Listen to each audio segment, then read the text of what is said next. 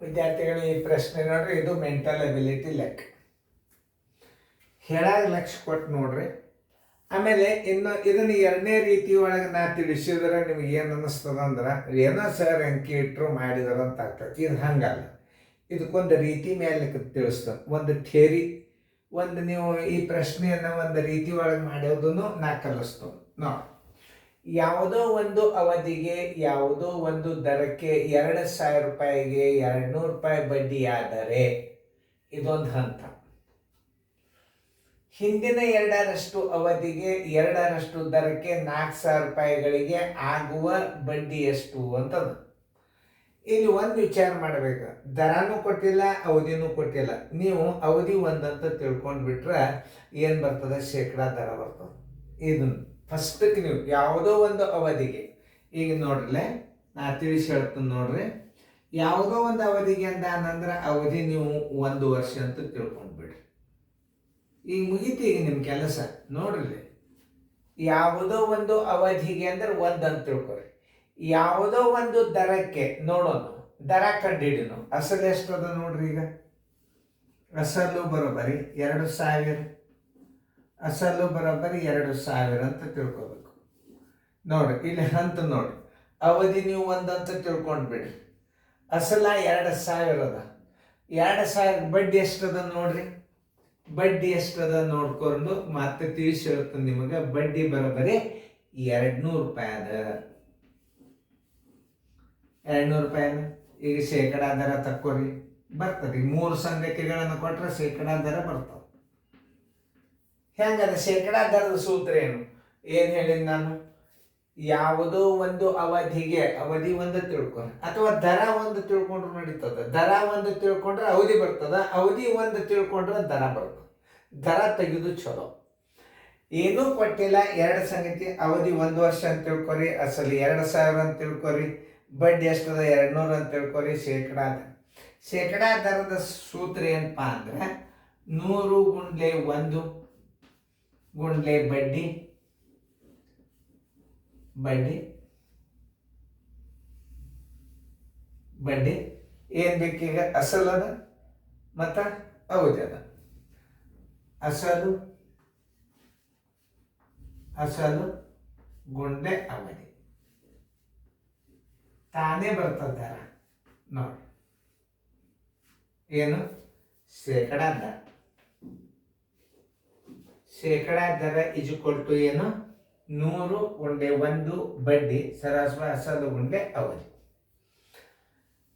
ಬರೋಬರಿ 100 ಗುಂಡ್ಲೆ 1 ಗುಂಡ್ಲೆ ಬಡ್ಡಿ ಎಷ್ಟದ? 200 ಅದ. ಅಸಲು ಎಷ್ಟದ ನೋಡ್ರಿ. ಅಸಲ 2,000 ಅದ. ಅಸಲು 2,000 ಅದ. ಅವಧಿ ಎಷ್ಟದ? 1 ಅದ. ನೀವು 1 ತಿಳ್ಕೊರಿ ಅಂತ ಹೇಳಿದ್ದಲ್ಲ ನಿಮಗದ. ಈಗ ನೋಡ್ರಿ, ಇವು 2 0 ಅದು, ಇವು 2 0 ಅದು. ಸರಿಯಾಗಿ ನೋಡ್ರಿ. 21 25 5 2 ಏನಾಯ್ತು? 10 ದರ ಬಂತೀವಿ. ಶೇಕಡಾ ದರ, ಶೇಕಡಾ ದರ ಬರೋಬರಿ, ದರ ಬರೋಬರಿ ಶೇಕಡಾ 10. ಇಷ್ಟಂತೂ ನಿಮ್ಗೊಂದು ಸ್ಟೆಪ್ ಬಂತೀವಿ. ಈಗ ಮುಂದೆ ನಿಮ್ಗೆ ಉತ್ತರ ಸಿಗ್ತದೆ. ದರ ನೀವು ತಕ್ಕೊಂಡ್ರಿ. ಈಗ ಹೆಂಗೆ ತಕ್ಕೋಬೇಕು ಅನ್ನೋದು ಹೇಳಿದ್ ನಾನು ನಿಮಗೆ. ಯಾವುದೇ ಒಂದು ವಿಷಯ ನಿಮಗೆ ಬಡ್ಡಿನೂ ಕೊಟ್ಟಿಲ್ಲ, ದರಾನೂ ಕೊಟ್ಟಿಲ್ಲ, ಬರೀ ಬಡ್ಡಿ ಕೊಟ್ಟಾನ ಅಸಲು ಕೊಟ್ಟಾನಂದ್ರೆ ನೀವು ಅವಧಿ 1 ಅಂತಾರೆ ತಿಳ್ಕೊರಿ, ಬೇಕಾದ್ರೆ ದರ 1 ಅಂತಾರೆ ತಿಳ್ಕೊರಿ. ಏನು? ಅವಧಿ 1 ವರ್ಷ ನೀವು ತಿಳ್ಕೊಂಡ್ರಿ ಅಂದ್ರೆ ಈಗ ನಿಮ್ಗೆ ದರ ಬರ್ತದ.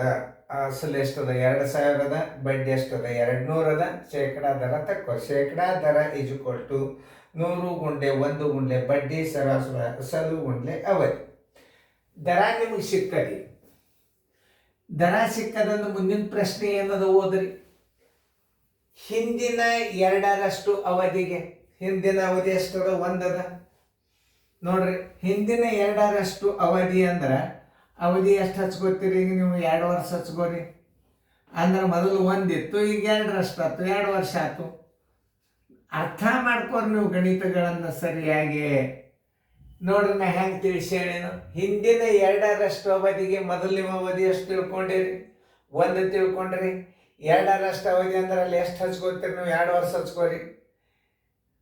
ಹಿಂದಿನ ಅವಧಿಗೆ ಎರಡರಷ್ಟು ಅವಧಿಗೆ ಎರಡರಷ್ಟು ದರಕ್ಕೆ ದರ ಎಷ್ಟು ಬಂದದ್ದು ಹೇಳ್ರಿ. ಈಗ ಇಲ್ಲೇ ಎರಡರಷ್ಟು ಅಂತಂದ್ರೆ ಎಷ್ಟು ಆಗ್ತದ? ದರ 20% ಆಗ್ತದ ನೋಡ್ರಿ. 20% ದರ ಎರಡರಷ್ಟು ಮಾಡ್ಕೋರಿ. ದರ ಎರಡರಷ್ಟು ಮಾಡ್ಕೋಬೇಕು. ಆದ್ದರಿಂದ ದರ ಎರಡರಷ್ಟು ಅಂದ್ರೆ ಮೊದಲು ದರ ಎಷ್ಟು ಬಂದದ? 10 ಬಂದದ. ಈಗ 20% ಮಾಡ್ಕೋರಿ. ನೋಡಿ, ಯಾವುದೇ ಒಂದು ಸಂಗತಿಗಳನ್ನ ಹೆಂಗೆ ಹಚ್ಚಿ ತೋರಿಸ್ತನು, ಇದು ಬಹಳ ಇಂಪಾರ್ಟೆಂಟ್. ಯಾವುದೇ ಒಂದು ಗಣಿತಗಳ ಸರಳ ಬಡ್ಡಿನೂ ಅಷ್ಟು ಸರಳ ಅಲ್ಲ. ನೀವು ನವೋದಯ ಚಾಲೆಂಜ್ ನಾನು ಸರಳ ಬಡ್ಡಿ ಲೆಕ್ಕಗಳು ಬಹಳ ವಿಶೇಷವಾದಂಥ ಗಣಿತಗಳು. ನಾ ಬುಕ್ಕ ಬರ್ತೀನಿ ಇದ್ರ ಬಗ್ಗೆ.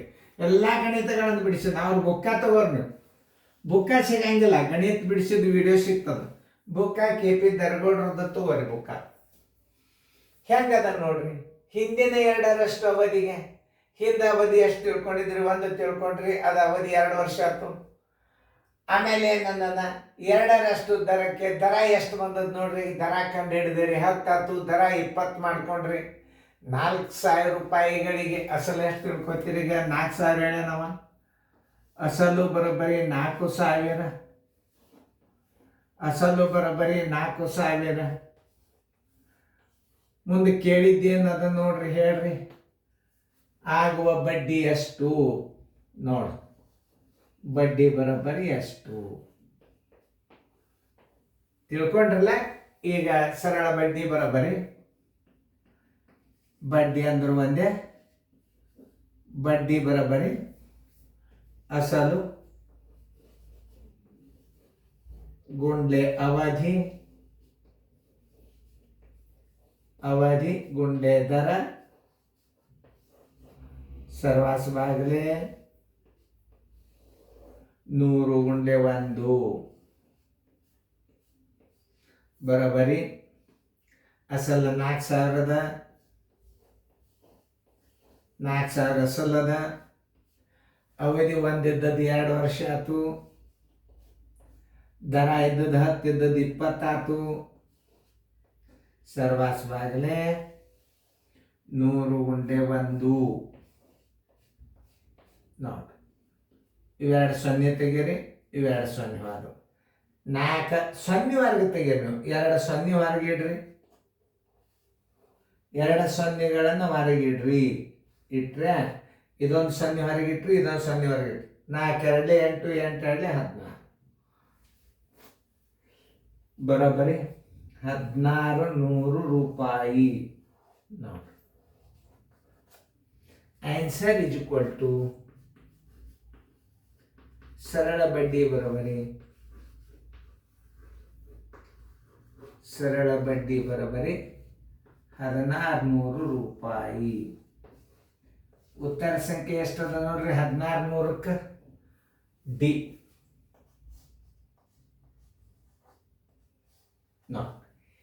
ಇನ್ನೊಂದು ರೀತಿ ಒಳಗೆ ಮಾಡೋದದ, ಅದು ಅಕಸ್ಮಿಕ ಒಂದ್ಸಲ ಮಾದರಿ ಹಾಕಿದಾಗ ತೋರಿಸ್ತೀನಿ. ಯಾಕಂದ್ರೆ ಬೋರ್ಡ್ ಸಾಲಂಗಿಲ್ಲ ನಮಗೆ. ಅದು ಶಾರ್ಟ್ ಅದ, ಅದು ತಿಳಿಯಂಗಿಲ್ಲ. ಇದು ಡೆಫಿನೆಟ್ಲಿ ತಿಳಿತದ ನಿಮ್ಗೆ. ನಾವು ಏನು ಮಾಡಬೇಕು ಅನ್ನೋದು ನಿಮಗೆ ಅರ್ಥ ಆಗಲಿ ಅಂತ ತಿಳ್ಕೊಂಡು ರೀತಿ ಪ್ರಕಾರ ಗಣಿತ ಕಳಿಸಿದ ತಿಳಿತಲ್ಲ. ಇನ್ನೊಂದ್ಸಲ ಯಾವುದೋ ಒಂದು ಅವಧಿಗೆ 1 ತಿಳ್ಕೊರೆ ಅವಧಿ, ಯಾವುದೋ ಒಂದು ದರ ತಾನೇ ಬರ್ತದೆ. ಅಸಲ ಬಡ್ಡಿ 1 ವರ್ಷ ಅವಧಿ ಹಿಡಿದ್ರೆ ಸರಳ ಇದು ಶೇಕಡ ದರ ಬರ್ತದೆ. ಆ ದರ ತಕ್ಕೊಂಡಿಂದ ಏನು ಬರ್ತದೆ? ಹಿಂದಿನ 2ರಷ್ಟು ಅವಧಿ 1 ತಿಳ್ಕೊಂಡ್ರಿ, ಅದು 2 ಹಚ್ಕೋರಿ. ಹಿಂದಿನ 2ರಷ್ಟು ದರಕ್ಕೆ ಅಂದರಲ್ಲಿ 10 ದರ ಬಂದದ್ದು 20 ಹಚ್ಕೋರಿ. ಅಸಲು 4,000 ರೂಪಾಯಿಗಳಿಗೆ ಅಂದಾರ 4,000 ರೂಪಾಯಿ ಅಸಲು ಹಚ್ಕೋರಿ. ಆಗುವ ಸರಳ ಬಡ್ಡಿ ಎಷ್ಟು? ಅಲ್ಲಿ ಪಾಯಿಂಟ್ ಅದು ನೋಡಿ. ಇಷ್ಟು ಸರಳ ಗಣಿತಗಳನ್ನು ಸರಿಯಾಗಿ ತಿಳ್ಕೊಡ್ರಿ.